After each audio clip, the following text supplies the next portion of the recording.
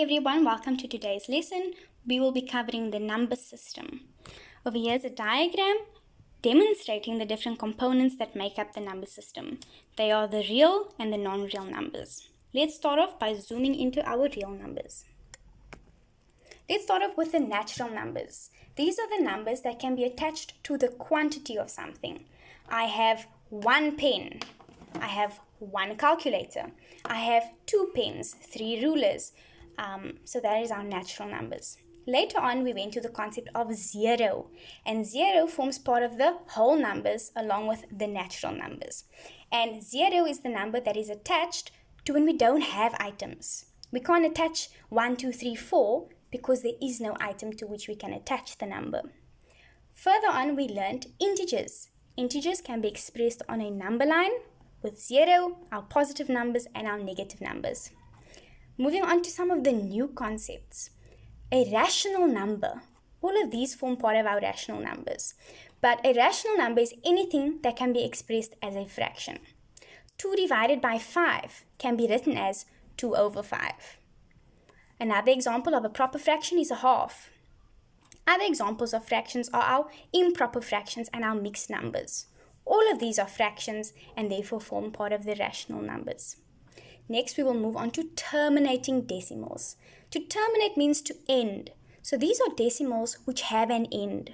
An example, 0.4. There's nothing to follow. 3.64129. That is the end of that decimal. Next, we move on to recurring decimals. Recurring means it occurs in a repeating pattern. So 0.3 recurring can be expanded to 0.33333 going on forever. Another example, negative 0.64 recurring. So this means that the 6 and the 4 will be in a repeating pattern forever. 0.256, as we can see, there's now a line above this. That means the 256 will be in a repeating pattern forever. Next, we're going to move on to our irrational numbers. We have the opposite now, non-terminating and non-recurring decimals. Here's just one example. So non-terminating means it goes on forever, and this can be demonstrated by the ellipsis. Next, we have our non-recurring decimals. That means it's not in a set pattern. We can see all these numbers are different. There's no set structure or pattern. So that is our non-terminating and non-recurring decimals. Next, we're going to move on to our non-perfect square roots and cube roots. Now let's get our calculator out for this. A square root, we know, is a number which can be multiplied by itself to get the number underneath the square root. An example, the square root of 16 is 4, because 4 multiplied by itself gives us 16.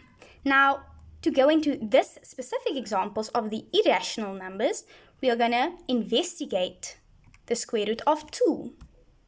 Now we're going to convert it to a decimal, and we can see this number. It's not in a set repeating pattern, and there is actually no end to it. Okay, so that is the one example. Now we'll move on to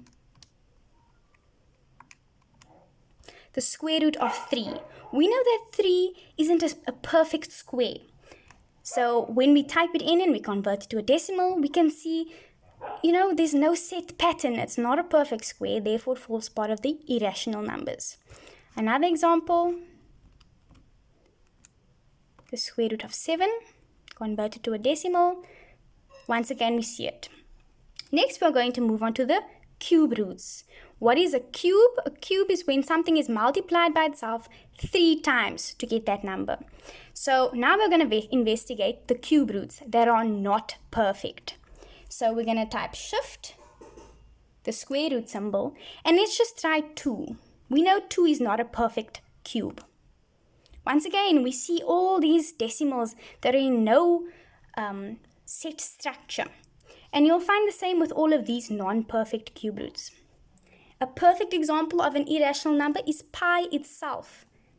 Pi is a constant, and what we can do is we can type shift, this button at the bottom over here, equal to, and then we can convert that to a decimal, and once again we see this very special number that falls part of this irrational component.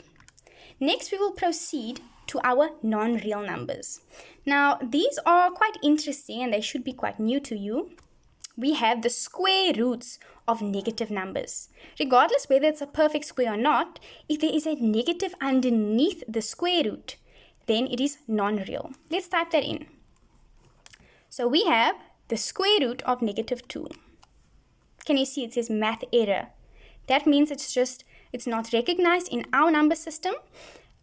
So we classify it as a non-real number. Another example, the square root of negative 7. Once again, we see that math error. And then the other component that makes up our non-real numbers is anything divided by 0, the division of 0. Let's investigate.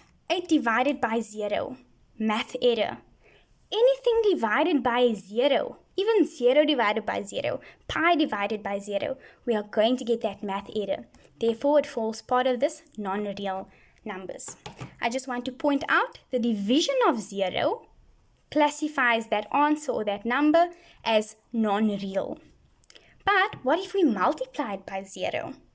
A rule is, and I put it over here, anything multiplied by 0 is 0.